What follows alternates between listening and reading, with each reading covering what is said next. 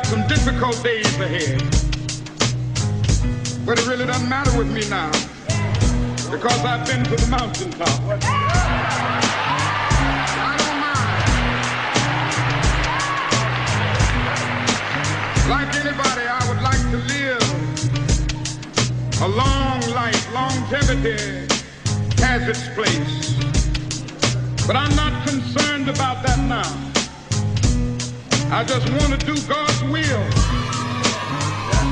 And He's allowed me to go up to the mountain. And I've looked over and I've seen the promised land.